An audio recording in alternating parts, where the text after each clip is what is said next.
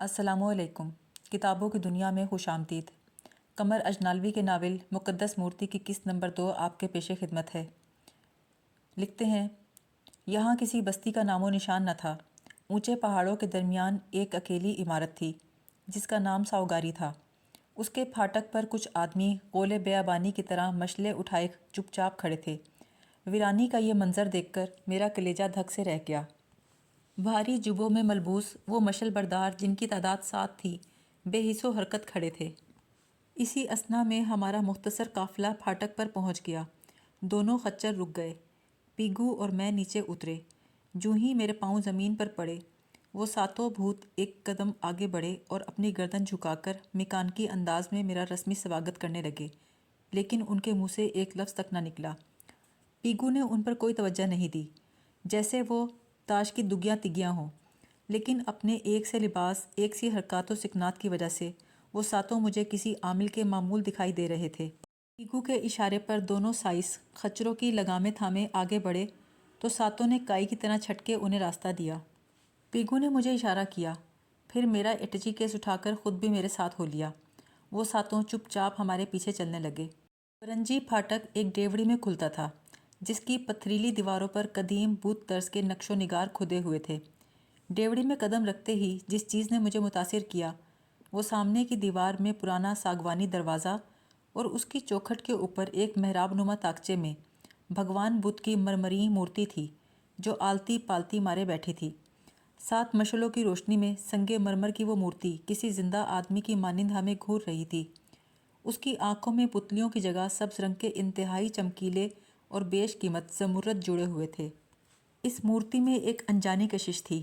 اس کی گھورتی ہوئی آنکھوں میں ایک سوال تھا، تھاروکیشپ، تو یہاں کیا لینے آیا ہے؟ 200 روپے ماہوار تیرے لیے یقیناً ایک بڑی رقم ہے، مگر تو نہیں جانتا، ویرانوں میں لوگ کمانے نہیں، نروان حاصل کرنے آتے ہیں۔ میرے پاس اس سوال کا کوئی جواب نہ تھا۔ قسمت کی لکیر، حالات کی مجبوری، زمانے کی گردش مجھے یہاں کھینچ لائی تھی۔ بھگوان بدھ کی وہ مورتی جو میرے سامنے مجسمے سوال تھی، بے شک اعلیٰ مرمر کی تھی۔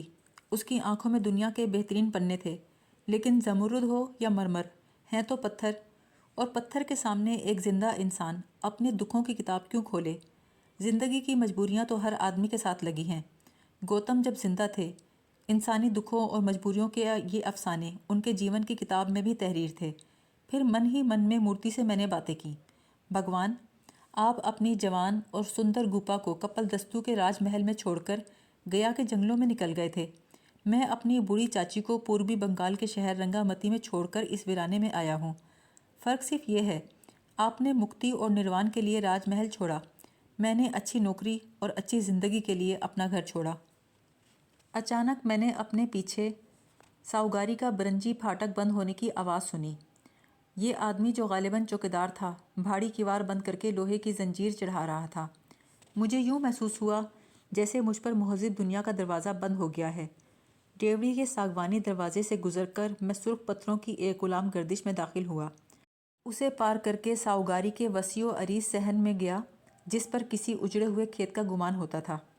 پیگو میری رہنمائی کر رہا تھا۔ ساتوں مشل بردار چپ چاپ ہمارے پیچھے تھے۔ ہم صحن کی درمیانی روش پر آگے بڑھ رہے تھے، لیکن ذرا ٹھہریے، بہتر ہوگا پہلے میں ساؤگاری کا ایک مختصر سا خاکہ پیش کرتا چلوں تاکہ آپ اس کی وسعت اور ساخت کا اندازہ کر سکیں۔ ساؤگاری کی عمارت کم و بیش 8 ایکڑ پر پھیلی ہوئی تھی۔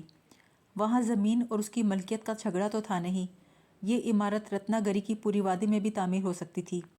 ساؤگاری تعمیر کرنے والے کاریگروں نے اس وادی کا وہی خطہ پسند کیا جو عام سطح سے نسبتاً اونچا تھا۔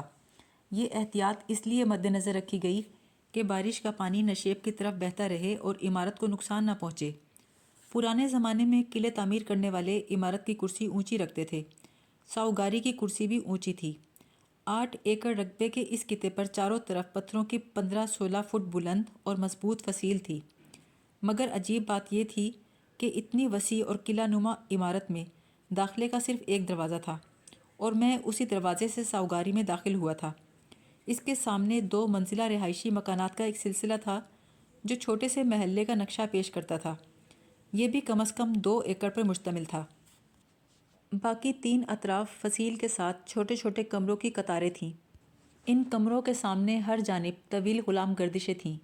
دراصل یہ غلام گردشیں پوری عمارت کے چاروں طرف تھیں۔ ان کا سلسلہ جنوبی دروازے کی ڈیوڑی سے شروع ہو کر ساؤگاری کے چاروں طرف ایک خوبصورت حاشیہ بناتا تھا۔ اگر آدمی ڈیوڑی سے نکل کر ایک جانب سے غلام گردش میں چلتا تو پوری عمارت کے حاشیے پر گھومتا ہوا پھر وہیں آ جاتا جہاں سے چلا تھا۔ عمارت کا صحن کم از کم 4 ایکڑ کا تھا۔ یہاں پھولوں کے پودے تھے، بے ترتیب کیاریاں، چھوٹے چھوٹے کھیت جن میں سبزیاں لگی تھیں۔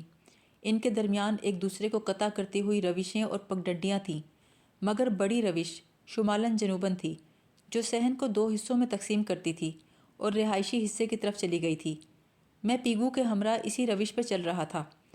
ہمارے عقب میں 7 آدمی بھوتوں کی طرح بے آواز چل رہے تھے۔ میں حیران تھا، ان کے قدموں کی چاپ تک سنائی نہیں دے رہی۔ اچانک پلٹ کر دیکھا تو 7 ننگے پاؤں تھے، اتنے بلند پہاڑی مقام پر جہاں سردی سے آدمی کے دانت بجنے لگتے تھے اور بدن کانپ جاتا تھا۔ ان کا ننگے پاؤں پھرنا ایک اچنبھا تھا۔ ساؤگاری بت طرز تعمیر کی قدیم عمارت تھی۔ اندھیری رات میں مہذب دنیا سے کوسوں دور ایک پہاڑی ویرانے میں یہ عمارت روحوں کا مسکن معلوم ہوتی تھی۔ مشعلوں کی تھرتھراتی روشنی میں ہم خاموشی سے روشنی کے اس نقطے کی طرف بڑھتے رہے جو رہائشی حصے کے وسط میں نظر آ رہا تھا۔ 1.5 فرلانگ کا فاصلہ طے کرنے کے بعد ہم 2 منزلہ عمارتوں کے قریب پہنچ گئے جن کے سامنے سے گزرتی ہوئی غلام گردش میں سروپ ساؤجی گرم گاؤن پہنے کھڑے تھے۔ ان کے پاس ایک لڑکا لالٹین اٹھائے کھڑا تھا جس کا قد 3 فٹ سے زیادہ نہیں تھا۔ دور سے یہی لالٹین روشنی کا نقطہ بن کر نظر آ رہی تھی۔ جو ہی میں غلام گردش کے قریب پہنچا، سروپ جی جلدی سے آگے بڑھے اور بڑی گرمجوشی سے اپنا سرد ہاتھ میرے ہاتھ میں دے کر بولے، تھارو کیشپ، میں اس ویرانے میں تمہارا سواگت کرتا ہوں۔ ان کے الفاظ میں ایک عجیب سی بات تھی جسے میں کوئی معنی نہ بنا سکا۔ اگرچہ طویل اور غیر یقینی سفر نے مجھے پریشان کر دیا تھا، پھر بھی ان کا دل رکھنے کے لیے کہا، میں وعدے کے مطابق حاضر ہو گیا ہوں۔ سروپ جی میرا ہاتھ تھام کر 1-2 لمحے غلام گردش میں کھڑے رہے، پھر انہوں نے کہا، ہر آدمی کی کوئی نہ کوئی کمزوری ہوتی ہے۔ یہ پہاڑی ویرانہ میری کمزوری ہے۔ تمہیں بلایا تو یہاں میں نے ہے، مگر خواہش کسی اور کی ہے۔ یہ ایک نئی بات تھی جس نے مجھے حیران کر دیا۔ میں گھبرا کر بولا، میں تو کسی اور کو نہیں جانتا، کون ہے وہ؟ ایک دن خود بخود جان لوگے، یہ کہہ کر وہ پیگو سے مخاطب ہوئے جو میرے پیچھے کھڑا تھا۔ پیگو، کیشپ جی کا سامان ان کے کمرے میں پہنچا دو۔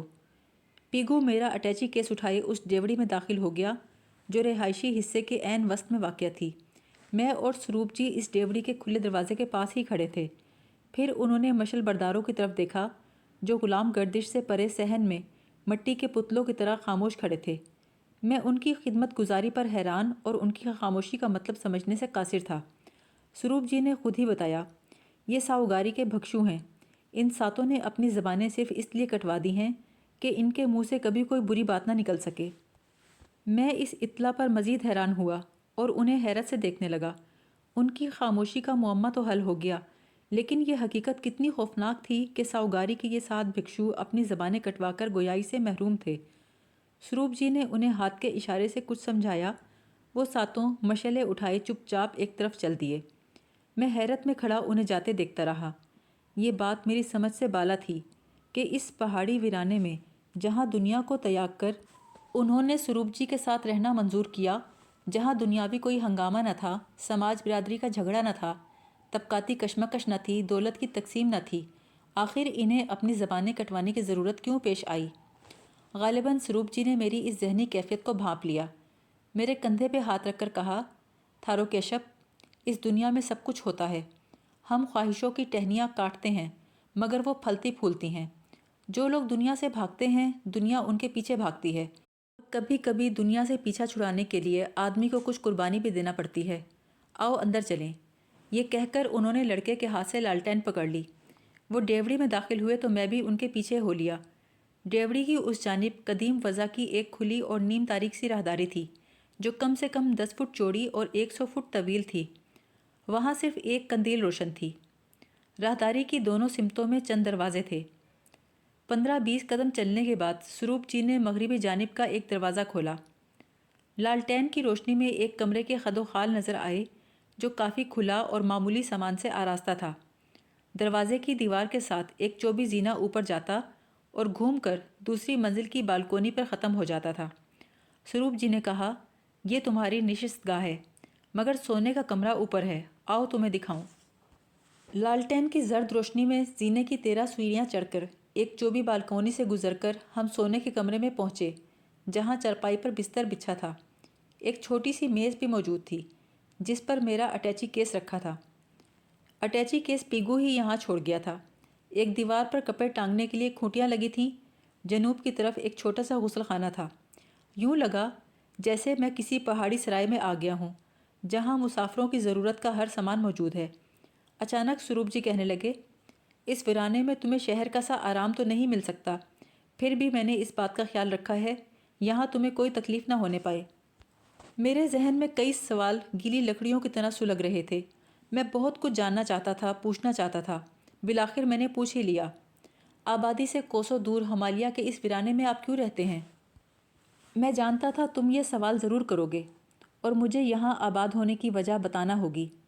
تھارو کیشپ، اگر تم یہ سوال نہ کرتے تو بھی میں تمہیں ان حالات سے ضرور آگاہ کرتا جو مجھے اس ویرانے میں لے آئے ہیں۔ کیسے حالات؟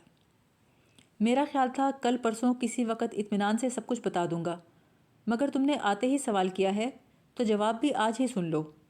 یہ کہہ کر سروپ جی نے لالٹین کھونٹی کے ساتھ لٹکا دی، خود ایک چوبی کرسی پر بیٹھ گئے اور مجھے چرپائی پہ بیٹھنے کا اشارہ کیا۔ کمرے میں قدیم طرز کی منقش چوکیاں بھی رکھی تھیں۔ 3-4 صدیوں قبل بدھ گھرانوں میں عام طور پر ایسی ہی چوکیاں استعمال ہوتی تھیں۔ اگر ساؤگاری صدیوں پرانی عمارت تھی تو یہاں کی ہر چیز بھی ماضی کی یادگار معلوم ہوتی تھی۔ لگتا تھا ہم کئی صدیاں پیچھے چلے گئے ہیں۔ 2 دن کے مسلسل سفر کی وجہ سے اگرچہ میں بہت تھکا ہوا تھا، لیکن ساؤگاری کے حالات جاننے کی خواہش اتنی شدید تھی کہ میں تھکن اور بھوک کو بھول کر سروپ جی کے بالمقابل بیٹھ گیا۔ کچھ دیر خاموش رہنے کے بعد وہ بولے، یہ کہانیاں 3 صدیاں پہلے شروع ہوئی تھی، جب ساؤ خاندان کے جد اعلیٰ گوچی ساؤ نے ہمالیہ کے اس ویرانے میں یہ عجوبہ روزگار عمارت تعمیر کروائی اور دنیا ترک کر کے ساؤگاری کو اپنا مستقل مسکن بنا لیا۔ اس وقت سے آج تک یہ عمارت کبھی خالی نہیں ہوئی۔ گوچی ساؤ کے بعد میرے خاندان کے سبھی لوگ اس عمارت میں اپنی عمریں پوری کر کے دنیا سے رخصت ہو گئے۔ اب میں یہاں کا وارث ہوں، مجھے بھی اپنے جد اعلیٰ کی وصیت کے مطابق یہیں جینا، یہیں مرنا ہے۔ گوچی ساؤ باٹی پارا کا ہندو جاگیردار تھا۔ اس میں وہ تمام برائیاں موجود تھیں جو عیاش ظالم جاگیرداروں میں پائی جاتی ہیں۔ وہ کسانوں سے بڑا بے رحمانہ برتاؤ کرتا اور سندر لڑکیوں کو زبردستی اٹھوا لیتا۔ کنواریاں تو کنواریاں سہاگنیں بھی اس کے سائے سے بھاگتی تھیں۔ وہ پنڈتوں پروہتوں کو روپے سے خوش رکھتا، اس لیے وہ اس کے گن گاتے تھے۔ ایک دن کوئی دیہاتی کسان بیٹی کا جہیز خریدنے باٹی پارا میں آیا۔ جوان سندر لڑکی بھی ساتھ تھی۔ گوچی ساؤ بازار سے گزر رہا تھا کہ لڑکی پہ نظر پڑی۔ وہ اپنے آدمیوں کو اشارہ کرتا نکل گیا۔ اس کے جاتے ہی اس کے کتے شکار پہ جھپٹے اور لڑکی کو لے بھاگے۔ کسان مقابلے میں زخمی ضرور ہوا، لیکن اس نے پیچھا نہ چھوڑا، گرتا پڑتا حویلی تک پہنچ گیا۔ حویلی میں اس کا سامنا گوچی ساؤ سے ہوا، جس پر وحشت سوار تھی۔ باپ نے اپنی بیٹی کو بچانے کی کوشش کی، مگر جاگیردار کے ہاتھوں مارا گیا۔ باپ کی لاش خون میں لت پت نظر آئی تو بیٹی نے کلیجے میں خنجر گھونپ لیا اور خود بھی ڈھیر ہو گئی۔ بیچاری جان تو نہ بچا سکی، مگر عزت بچا کر لے گئی اور گوچی ساؤ کو شراب دے کے مر گئی۔ اس طرح 2 جانیں گوچی ساؤ کی وحشت کی بھیڑ چڑھ گئیں۔ باٹی پارا کا کوئی آدمی اس کے خون آلود دامن کی طرف انگلی اٹھانے کی جرات نہ کر سکتا تھا۔ سب جانتے تھے اٹھنے والی انگلی اور بولنے والی زبان کاٹ دی جائے گی۔ لوگوں نے اپنے ہونٹ سی لیے، زبانیں بند کر لیں۔ اسی رات دونوں لاشیں جلا دی گئیں اور تند ہوا ان کی راکھ اڑا کر لے گئی۔ یہ ایک ایسا واقعہ تھا جسے گوچی ساؤ چاہنے کے باوجود بھول نہ سکا۔ کٹار تو لڑکی نے اپنے کلیجے میں بھونکی تھی، مگر اس کی چبھن گوچی ساؤ کے سینے میں جم کر بیٹھ گئی۔ وہ راتوں کو ڈراؤنے سپنے دیکھتا، اچانک جاگتا، پھر نیند اس سے دور بھاگ جاتی۔ روح کی بے چینی اسے پاگل کرنے لگی۔ اٹھتے بیٹھتے وہ لڑکی اس کے تصور میں آ کر کہتی، گوچی ساؤ، میرا شراب جیون بھر تیرا پیچھا کرے گا۔ آتما کا سکھ حاصل کرنے کے لیے وہ برہمنوں کے پاس گیا، مگر انہوں نے یہ کہہ کر اسے مطمئن کیا، کسان اور اس کی بیٹی نے پچھلے جنم میں کوئی پاپ کیا ہوگا جس کی سزا انہیں اس جنم میں ملی۔ تمہارے ہاتھوں تو ان کا بلیدان ہوا ہے۔ اگر تم برہمنوں کو دان کرو تو تمہارے من کی چنتا آپ سے آپ دور ہو جائے گی۔ لہٰذا گوچی ساؤ نے برہمنوں پر دھن برسا دیا، مندروں میں چڑھاوے چڑھائے، تیرتھ یاترا بھی کی، لیکن اس کی آتما کی چنتا دور نہ ہوئی۔ روح کی بے چینی اسے اندر ہی اندر ڈس رہی تھی۔ انہی دنوں اس کی ملاقات ایک بت پروہت سے ہوئی۔ اس نے کہا، گوچی ساؤ، تم نے مہا پاپ کیا ہے۔ جب تک کفارہ ادا نہ کرو تمہاری آتما کو شانتی نہیں ملے گی۔ تم لوگوں کو دھوکہ دے سکتے ہو، اپنے پربھو کو نہیں دے سکتے۔ پربھو تمہارے من میں رہتا ہے۔ گناہ کا کفارہ ادا کرو، اپنے پربھو کو راضی کرو، تبھی تمہیں چین ملے گا۔ گوچی ساؤ کو یہ بات اچھی لگی۔ اس نے ہندو دھرم چھوڑ کر بدھ مت اختیار کر لیا۔ گناہ کا کفارہ ادا کرنے کے لیے آدھی جائیداد کسان کے بیوی بچوں کو دان کر دی۔ خود بدھ بھکشو بن کر نگر نگر گھومنے اور سچائی کا پرچار کرنے لگا۔ برہمنوں نے باٹی پارا کے جاگیردار کا یہ روپ دیکھا تو ان کے ماتھوں پہ بل پڑ گئے۔ لوگوں نے کفارے کی بات سنی تو دنگ رہ گئے۔ اپنے پیاروں نے اسے دنیا کے عیش و آرام سے منہ موڑ کر ننگے پاؤں بھٹکتے دیکھا تو کلیجے تھام لیے۔ وہ کنواریاں اور سہاگنیں جو گوچی ساؤ کے سائے سے بھاگتی تھیں اب اس کے چرن چھونے لگیں۔ اسے بدھ مت اختیار کیے تیسرا سال تھا کہ تبت کا ایک لاما انات بنڈو ہندوستان کے ان علاقوں کی یاترا کرنے نکلا جہاں بھگوان بدھ نے زندگی گزاری اور نروان حاصل کیا۔ اس نے کانگٹو کے قریب تبت کی سرحد پار کی اور جب آسام کے پہاڑوں میں داخل ہوا تو رتنا گری کی اس وادی میں پڑاؤ ڈال دیا۔ آسام کے بدھ بھکشو اس کا سواگت کرنے یہیں پہنچ گئے۔ ان میں گوچی ساؤ بھی تھا، جو یہ سن کر بھاگا بھاگا آیا تھا کہ انات بنڈو اپنے گیان سے جیون کا بھید جان چکا ہے۔ آدھی جائیداد کا کفارہ دینے کے بعد بھی وہ باٹی پارا کا سب سے امیر آدمی تھا۔ اس نے بھکشوؤں کا سارا خرچہ خود اٹھایا، انات بنڈو کے لیے قیمتی سوغاتیں لے کر گیا۔ بدھ لاما انات بنڈو نے گوچی ساؤ کی سوغاتیں قبول کی، آشیرواد دے کے اسے اپنے پاس ٹھہرایا، پھر اسے گیان اور نروان کی تپسیا سکھائی۔ ایک دن تنہائی میں اسے جیون بھید بھی بتا دیا، جسے جاننے کے لیے گوچی ساؤ رتنا گری آیا تھا۔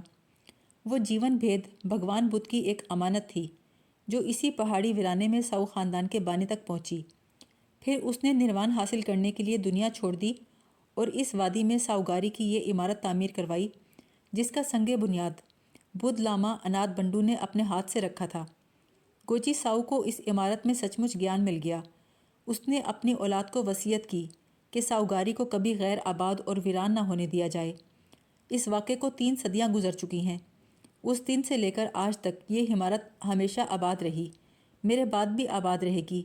یہ کہانی تمہارے اس سوال کا جواب ہے کہ میں دنیا سے دور اس پہاڑی ویرانے میں کیوں رہتا ہوں۔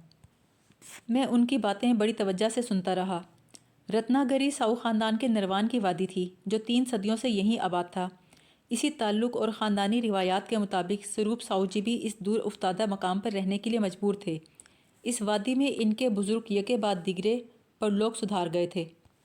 سروپ جی بے شک ساؤ خاندان کے وارث تھے، لیکن وہ ایک مہا گیانی تھے اور نئے زمانے سے گزر رہے تھے۔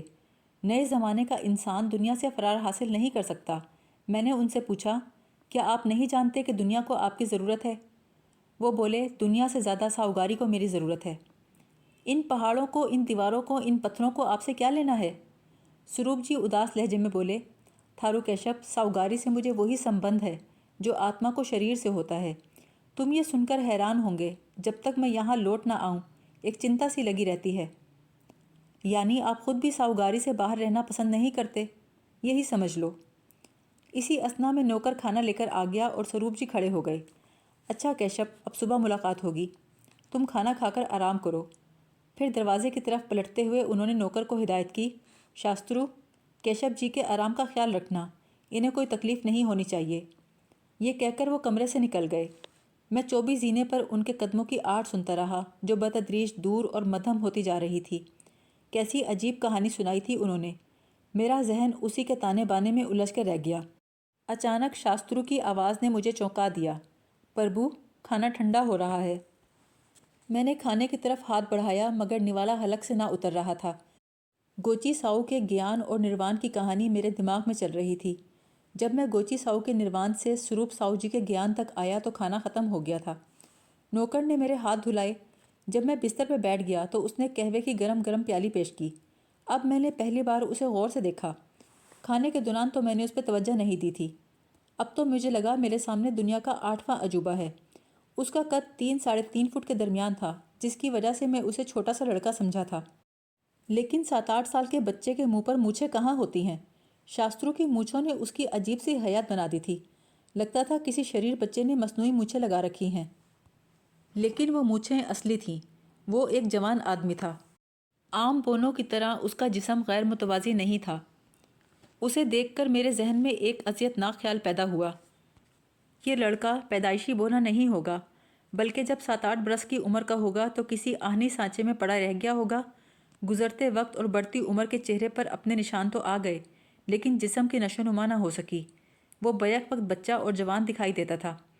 مجھے یاد آیا، ایک بار کلکتہ کے اخبار اسٹیٹسمین کے اندر ایک لرزہ خیز کہانی شائع ہوئی۔ واقعہ کچھ یوں تھا کہ ایک مرد اور عورت عجیب الخلقت بچوں کو ریڑھی پہ ڈال کر بھیک مانگا کرتے تھے۔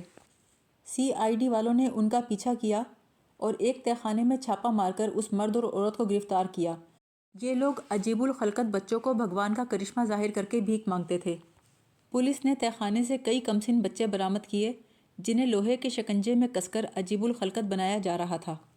میں سوچنے لگا، کہیں شاسترو بھی کسی ایسے ہی عمل سے تو نہیں گزرا؟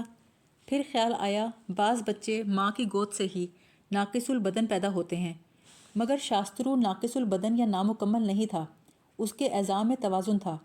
جی میں آئی شاسترو سے پوچھوں، پھر سوچا ممکن ہے وہ بھی سروپ جی کی طرح کوئی عجیب و غریب کہانی سنانے بیٹھ جائے۔ تھکاوٹ سے بدن ٹوٹ رہا تھا، جلد سونا چاہتا تھا۔ شاسترو کی کہانی تو کل پرسوں کسی بھی دن سنی جا سکتی تھی، اس لیے کہوا پی کر میں نے اسے رخصت کر دیا اور بستر میں دبک گیا۔ لیکن آدمی کے خیالات بستر پہ بھی اس کا پیچھا نہیں چھوڑتے۔ لیٹتے ہی گوچی ساؤ، سروپ ساؤ جی، ساؤگاری کے ساتھ بھکشو، عجیب الخلقت شاسترو، کسی ڈرامے کے کرداروں کی طرح ذہن کے اسٹیج پہ آ کھڑے ہوئے۔ سروپ جی نے کہا تھا ان کے جد اعلیٰ گوچی ساؤ نے نروان کی خاطر دنیا چھوڑی اور ساؤگاری میں اسے گیان مل گیا۔ دنیا تو بھگوان بدھ نے بھی چھوڑی تھی۔ اس وقت وہ راجکمار گوتم سدھارت تھے۔ راج پاٹ کے ساتھ دنیا کی ہر شے ترک کر دی، حتیٰ کہ اپنی پیاری بیوی گوپا سے بھی کنارہ کشی کر لی اور گیا کے جنگل میں جا بیٹھے۔ لیکن گوچی ساؤ نے دنیا نہیں چھوڑی، صرف باٹی پارا کو چھوڑا، صرف نقل مکانی کی، کیونکہ رتنا گری کی وادی میں ساؤگاری جیسی عظیم الشان عمارت بنوا کر اپنے بیوی بچوں سمیت یہیں آباد ہوا۔ خدمت کے لیے نوکر چاکر بھی تھے۔ پھر یہ وصیت بھی بڑی عجیب تھی کہ اس کی اولاد ساؤگاری کو کبھی ویران اور غیر آباد نہ ہونے دے، یعنی گوچی ساؤ نے محض شہری سکونت چھوڑی تھی، دنیا کو ترک نہ کیا تھا۔ بھلا ترک دنیا کے ساتھ ساؤگاری کی تعمیر، اس قلعہ نما عمارت میں بیوی بچوں اور نوکروں سمیت رہنا، پھر اس عمارت کو ہمیشہ آباد رکھنے کی خواہش آخر کیا معنی رکھتی ہے؟ اور اب سروپ جی اس عمارت سے آتما اور شریر کا رشتہ جوڑ کر بیٹھے تھے۔ قریباً آدھی رات تک میں انہی خیالات میں کھویا رہا۔ باہر طوفانی جھکڑ چل رہے تھے، پہاڑی دروں اور گلیوں میں تیز ہوائیں چیخیں مار رہی تھیں۔ ان کی سنسناہٹ سے رتنا گری کا پہاڑی ویرانہ یوں گونج رہا تھا جیسے کسی طوفانی رات میں دوارکا کے بھوت ماتم کر رہے ہوں۔ میرا ذہن کبھی نیند کے خمار سے گزرتا، کبھی بیدار ہو جاتا، کبھی میں ہوا کے دوش پہ اڑنے لگتا، کبھی خود کو بستر پہ محسوس کرتا۔ میرا سوتا جاگتا ذہن اس غنودگی میں سرسراتی سنسناتی ہواؤں کے درمیان کچھ غیر انسانی آوازیں بھی سن رہا تھا، جو ہواؤں کے ساتھ ڈوب رہی تھی، ابھر رہی تھیں، کبھی کبھی آہوں اور کراہوں میں تبدیل ہو رہی تھیں۔ وہ غیر انسانی آوازیں اس قدر کرپناک تھیں کہ دماغ سے ماتمی چیخوں کی طرح ٹکرا رہی تھیں۔ غنودگی کے باوجود میں ہواؤں کے شور میں غیر انسانی چیخوں اور گھوٹی گھوٹی کراہوں کی آوازیں صاف سن رہا تھا۔ وہ ماتمی کراہیں، غیر انسانی آوازیں جن پر مجھے ارواح خبیثہ کا گمان ہو رہا تھا، ان کے بارے میں یقین سے کچھ نہیں کہہ سکتا تھا۔ ممکن ہے نیند کے غلبے میں میرے سوتے جاگتے ذہن نے کوئی سپنا دیکھا ہو، لیکن اگر میں نے وہ آوازیں خواب میں سنی تو ان کے درمیان شاسترو کی پشکاریں کہاں سے آ گئیں جنہیں میں نے صاف پہچان لیا تھا؟ چاہیے تو یہ تھا کہ سفر کی تھکاوٹ کی وجہ سے گھوڑے بیچ کر سوتا اور اپنے گرد و پیش سے غافل ہو جاتا، لیکن میں نے غیر معمولی حالات میں ایک غیر معمولی سفر کیا تھا۔ منزل پر پہنچنے کے بعد کئی وسوسے، کئی اندیشے دماغ میں رینگ رہے تھے۔ یہی باتیں سوچتے سوچتے نہ جانے کب نیند آئی، مگر وہ ایک کربناک چیخ تھی جسے سن کر میری آنکھ کھل گئی۔ یہ کوئی سپنا، کوئی خواب، کوئی وہم نہ تھا۔ میں حالت بیداری میں اس چیخ کی بازگشت سن رہا تھا جو رتنا گری کے سناٹے میں گم ہو گئی تھی۔ نہ جانے کیوں محسوس ہو رہا تھا کہ میں جس چیخ کی آواز سن کر جاگا ہوں وہ نچلی منزل کے کسی کمرے سے اوپری تھی۔ اس احساس کے ساتھ ہی ذہن میں دبکے ہوئے اندیشوں نے انگڑائی لی۔ لالٹین کی روشنی میں گھڑی دیکھی تو صبح کے 4 بج رہے تھے۔ اس چیخ نے جسے میں نے بیداری میں سنا تھا مجھے بہت پریشان کر دیا تھا۔ میں کچھ دیر انتظار کرتا رہا کہ شاید کوئی چیخ پھر سنائی دے، مگر ساؤگاری پہ دوبارہ پراسرار سناٹا چھا گیا تھا۔ رتنا گری کے اس ویرانے میں کون سا ناٹک کھیلا جا رہا ہے؟ جب میں سوچ سوچ کے تھک گیا تو کمبل تان کر لیٹ گیا، لیکن ابھی آنکھ ٹھیک سے لگی نہ تھی، پھر ایک کربناک چیخ میری سماعت سے ٹکرائی۔ میں گھبرا کر اٹھا اور بستر پر اکڑو بیٹھ کر اس سمت کا تعین کرنے لگا جدھر سے چیخ کی آواز آئی تھی۔ اب کربناک چیخ سسکتی ہوئی آہوں کراہوں میں ڈھل گئی تھی۔ یہ دردناک آوازیں نیچے سے آ رہی تھیں، جیسے کسی شخص کو اذیت ناک عذاب دیا جا رہا ہو۔ میں بدحواسی کے عالم میں وحشت انگیز آہوں اور کراہوں کو سننے لگا۔ 1.5-2 منٹ کے بعد یہ بند ہو گئیں، لیکن کسی مظلوم ہستی کی مصیبت اور اذیت کے تصور نے میری روح کو اتنا بے چین کر دیا کہ اپنے بدن پر مجھے ٹھنڈے پسینے کی نمی محسوس ہوئی۔ باہر طوفانی ہواؤں کے جھکڑ غالباً تھم گئے تھے، کیونکہ اب پہاڑی گلیوں میں ان کی سنسناہٹ اور برہمی کا شور نہ تھا، نہ درختوں کی شاخوں سے ٹکرا کر نکلنے والی تیز شکار سنائی دے رہی تھی۔ چاروں طرف ایک بھیانک سناٹا تھا۔ کوشش کے باوجود میں معلوم نہ کر سکا کراہنے کی آوازیں کدھر سے آئی تھیں، کیونکہ اس ستم رسیدہ آواز کی سمتیں حیرت انگیز طور سے تبدیل ہوتی رہی تھیں۔ کبھی لگتا کوئی شخص نچلی منزل کی غلام گردش میں ہے، کبھی لگتا قدموں کی چاپ چھت سے آ رہی ہے۔ وہ پراسرار آہٹ بھی ایک معمہ بن گئی۔ ہر جانب ابھرتی ڈوبتی آہوں کراہوں کو سن سن کر میں پاگل ہو رہا تھا۔ اس وحشت سے میں گھبرا کر اٹھا، لالٹین روشن کی اور کمرے کا جائزہ لے کر بستر پہ آ بیٹھا۔ نیند تو اڑ چکی تھی، مگر اس کے ساتھ ہی بھیانک اندیشے ذہن کے کونوں میں موجود تھے۔ اب اس میں کوئی شبہ نہ رہ گیا تھا، وہ وحشت ناک غیر انسانی آوازیں جو نیم غنودگی کی حالت میں میرے ذہن سے ٹکرا رہی تھیں، میرا وہم نہ تھیں، بلکہ ان چیخوں آہوں کراہوں کی طرح حقیقت پر مبنی تھیں جنہیں میں حالت بیداری میں بھی سن رہا تھا۔ مذہبی احترام کے باوجود سروپ جی کی شخصیت مجھے بہت پراسرار معلوم ہونے لگی۔ ممکن ہے گوچی ساؤ کے بدھ دھرم قبول کرنے، تبتی لاما انات بنڈو سے ملنے اور دنیا ترک کر کے رتنا گری کی وادی میں قلعہ نما عمارت تعمیر کرنے کی روداد سراسر افسانہ ہو اور ساؤگاری کی تعمیر کا مقصد کچھ اور ہو۔ مہذب دنیا سے کوسوں دور ایک پہاڑی ویرانے میں ساؤ خاندان محض گیان اور نروان کی خاطر نسل در نسل قیام کرے، بڑی ناقابل فہم بات تھی۔ پھر ایک خیال بار بار میرے ذہن میں آہنی سلاخ کی طرح آ کر لگ رہا تھا، آخر سروپ جی نے غیر معمولی تنخواہ کا لالچ دے کر مجھے کیوں ملازم رکھا؟ اس ویرانے میں انہیں ایک پرائیویٹ سیکرٹری کی ضرورت کیوں پیش آئی؟ میں بستر سے اچھل کے فرش پر آ گیا۔ اس بات پر افسوس کرنے لگا کیوں میں نے سوچے سمجھے بغیر ایک ایسی ملازمت قبول کر لی جو مجھے کسی بہت بڑے خطرے سے دوچار کرنے والی ہے۔ پھر میں نے سوچا اگر قسمت مجھے اس ویرانے میں لے ہی آئی ہے تو مجھے اسی کے مطابق کام کرنا ہوگا۔ اب میں اتنا مجبور اور کمزور بھی نہیں کہ آسانی سے مار کھا جاؤں۔ فوراً ہی میرے دل میں عزم و ارادے کی ایک نئی لہر سرسرائی۔ میں نے فیصلہ کیا کہ جب یہاں آ ہی گیا ہوں تو مجھے ہوشیار محتاط رہ کر ان پراسرار حالات کی حقیقت معلوم کرنا ہوگی جو اس عمارت سے وابستہ ہیں، اور سروپ جی کتنے ہی پارسا کیوں نہ ہوں، بہرحال ان کے اندر ایک آدمی چھپا بیٹھا ہے، میں اسی چھپے ہوئے آدمی کو بے نقاب کروں گا۔ میرے اندازے کے مطابق صبح ہونے میں زیادہ دیر نہیں تھی۔ ایک انجانی خواہش نے مجھے مجبور کر دیا میں کمرے سے نکلوں اور کھوج لگاؤں کہ ساؤگاری میں کیا ہو رہا ہے۔ میں نے کوٹ پہنا اور چوبی زینہ اتر کر نیچے آ گیا، پھر راہداری سے گزر کر اس ڈیوڑی میں پہنچا جہاں رات سروپ جی نے میرا استقبال کیا تھا۔ ڈیوڑی کے دروازے کا کنڈا اندر سے بند تھا۔ میں نے گھمایا، کیواڑ کھولے اور غلام گردش میں نکل آیا۔ دروازے سے باہر قدم رکھتے ہی میں ٹھٹک کر رہ گیا۔